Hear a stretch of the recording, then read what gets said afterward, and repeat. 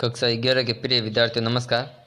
आज हम संविधान क्यों और कैसे में भारतीय संविधान का निर्माण किया गया है, उस समय संविधान सभा के सदस्यों के समक्ष भारत की शासन व्यवस्था को किस रूप में बना जाए, उसके लिए उनके सामने बहुत से प्रश्न थे। तो इसलिए उन्होंने विश्व के अन्य देशों के संविधानों को भी गहरे से अध्ययन किया तथा उन संविधानों का तुलनात्मक अध्ययन करके भारत की वर्तमान परिस्थितियों तथा भविष्य को किस प्रकार से अच्छा बनाया जा सके, उन सभी बातों को उन्होंने ध्यान में रखते हुए उन विश्व के अन्य देशों के संविधानों की जो 80 बातें थी उनको भी भारतीय संविधान में संजो कर जगह दी गई। प्रिय विद्यार्थियों, जैसा कि भारत की आज़ादी के समय हम देखते हैं कि भारत का विभाजन होता है और भारत से एक पृथक राज्य पाकिस्तान बन जाता है तथा एक सांप्रदायिक भावना के आधार पर वो एक अलग राज्य बन गए। तो वो परिस्थितियाँ इस प्रकार की बन गई जिससे संविधान सभा के सदस्यों को काफ़ी अनुभव हुआ कि अगर वर्तमान संविधान में हम ऐसी परिस्थितियों का सामना कैसे कर सके।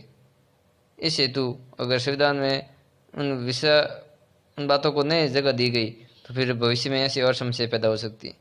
तो उन्होंने गहरे से अध्ययन करते हुए भारतीय संविधान सभा के सदस्यों ने भारतीय संविधान को अच्छा और व्यवस्थित संविधान बनाने का कार्य किया।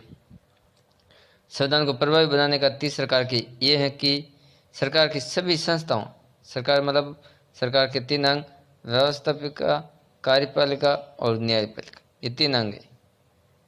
तो इन 3 अंगों का किस तरह से संतुलन बना जाए, यानी उनके साथ पृथक्करण और संतुलन दोनों का सिद्धांत होना आवश्यक है। अगर एक दूसरे के ऊपर नियंत्रण ही नहीं रखेंगे तो फिर उन संस्था का औचित्य खत्म हो जाएगा और एक दूसरे के विरोध में खड़े हो जाएंगे तो फिर टकराव की स्थिति आ जाएगी। इसलिए तीनों संस्थाओं के मध्य सामंजस्य और संतुलन का भाव पैदा करना जरूरी था। इस प्रकार की व्यवस्था होनी जरूरी थी कि एक दूसरे के ऊपर नियंत्रण भी रख सके तथा विरोध भी न हो। मूल सिद्धांत ये रखा गया कि सरकार लोकतांत्रिक रहे, यानी भारत की जो आज़ादी के बाद हम संविधान बन रहे हैं और इस संविधान लागू होने के बाद जो यहाँ की शासन व्यवस्था होगी वो लोकतांत्रिक होनी चाहिए। जन कल्याण की जनता के हितों के लिए कार्य करने के लिए वो प्रतिबद्ध हो। संविधान सभा ने शासन के विविध अंगों, विधेयक यानी संसद, व्यवस्थापिका, कार्यपालिका और न्यायपालिका के बीच समुचित संतुलन स्थापित करने के लिए विचार मंथन किया। किस तरह से व्यवस्था की जाए जिससे कि सरकार के 3 अंगों के मध्य सामंजस्य बैठा जा सके, समुचित संतुलन बैठा जा सके। अगर हम संघात्मक राज्य की व्यवस्था करेंगे तो यहाँ पर अध्यक्षात्मक प्रणाली अपनानी पड़ेगी और इस प्रकार की उस समय भारतीय जनता इतनी जागरूक भी थी नहीं कि वो अध्यक्षीय प्रणाली को समझ सके। तो ऐसे में वो अशिक्षित और कम पढ़ी लिखी जनता के लिए संसदीय व्यवस्था ही उचित थी उस समय, और भारतीय संविधान निर्माता ने संसदीय व्यवस्था को ही अपनाया। दूसरी बात, ब्रिटेन का भी यहाँ पर लंबे समय तक शासन रहा और 1935 के अधिनियम के द्वारा जो प्रांतीय विधानसभा बनी थी उनका चुनाव वगैरह सब संसदीय प्रणाली के अनुकूल हो रहा था। तो भारतीय जनता है वो काफ़ी संसदीय प्रणाली के अनुरूप डल चुकी थी। तो ऐसे में भारतीय संविधान निर्माताओं ने भारत में संसदीय प्रणाली को ही अपनाने का कार्य किया। संविधान सभा के सदस्य शासन व्यवस्थाओं और संघात्मक यानी संसदीय प्रणाली अपनाए या अध्यक्षात्मक और तथा शक्तियों के आधार पर संघात्मक बनाए या एकात्मक व्यवस्था अपनाई जाए। तो इनके ऊपर गहरा विचार मंथन किया गया, व्यवस्था को स्वीकार किया जाए और एक और विधेयिका और कार्यपालिका के बीच तथा दूसरी ओर केंद्र सरकार राज्य के बीच यानी एक अध्यक्षात्मक या संस्थात्मक व्यवस्था अपनी जाए। तो ये होगा विधेयिका और कार्यपालिका के ऊपर। अगर विधेयिका में से कार्यपालिका का निर्माण होगा यानी संसद से कार्यपालिका यानी प्रधानमंत्री मंत्री परिषद का अगर निर्माण इसमें से होगा, विधेयिका में से संसद से, तो वो प्रणाली हो जाएगी संस्थात्मक। और अगर विधेयिका सिर्फ विधि का निर्माण का ही कार्य करेगी, कार्यपालिका एक पृथक रूप से बनेगी, तो वहाँ पर होगी अध्यक्षात्मक प्रणाली। तो भारतीय संविधान निर्माता दोनों का मिला जुला रूप भारतीय संविधान में स्थापित किया और यहाँ पर संसद कार्यपालिका है वो संसद के प्रति उत्तरदायी होती है और विधेयिका का विधि निर्माण का कार्य होता है, साथ ही वो कार्यपालिका के ऊपर नियंत्रण का भी कार्य करती है। दोनों का सामंजस्य बैठाने का कार्य किया गया। दूसरी बात, शक्तियों का पृथक्करण।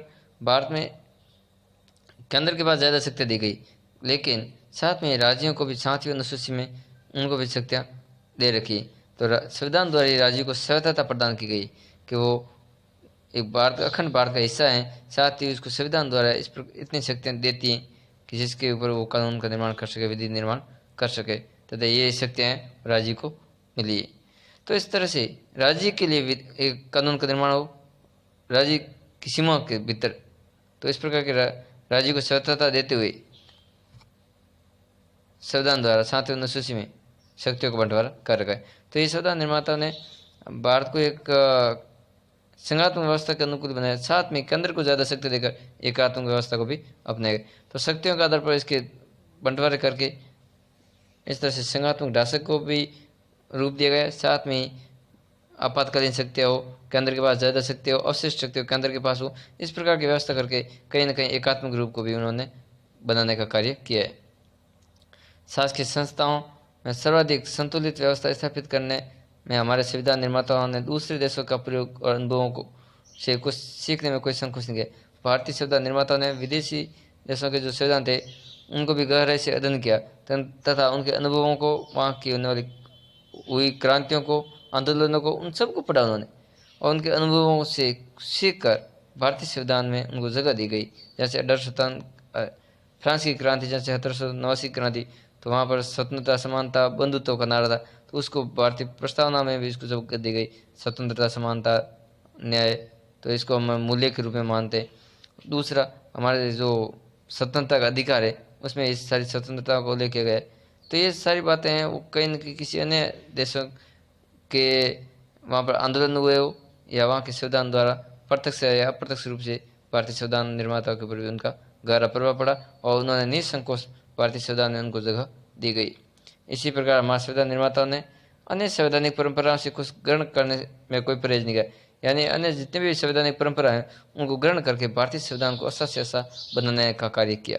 यह उनके व्यापक ज्ञान का प्रमाण है कि उन्होंने किसी भी ऐसे बौद्धिक तर्क या ऐतिहासिक उदाहरण की अनदेखी नहीं की, या बौद्धिक तर्क दिया हो, किसी भी विचारक ने तर्क दिया हो, उसके ऊपर मंथन किया गया और ऐतिहासिक घटनाएं हुई, उन सारे उदाहरणों को उन्होंने गहराई से अध्ययन करके उसको संविधान सभा के समक्ष रखा, उनके ऊपर विचार विमर्श किया गया तथा उनके आशयों को भारतीय संविधान में जगह दी गई। अनेक कार्य को संपन्न किया गया। संपन्न करने के लिए जरूरी था कि उन्होंने विभिन्न देशों से अनेक प्रावधानों को भी लिया है। इस प्रकार से विदेशी संविधानों से भी भारतीय संविधान में काफ़ी कुछ लिए गए हैं, लेकिन उन विचारों को लेना नकल सी मानसिकता नहीं। ऐसा नहीं है कि भाई संविधान भारतीय संविधान निर्माता से संविधान बन नहीं रहता कि वो उन देशों के संविधान से ले ले और यहाँ पर कॉपी को पेस्ट कर दे, ऐसे नहीं था।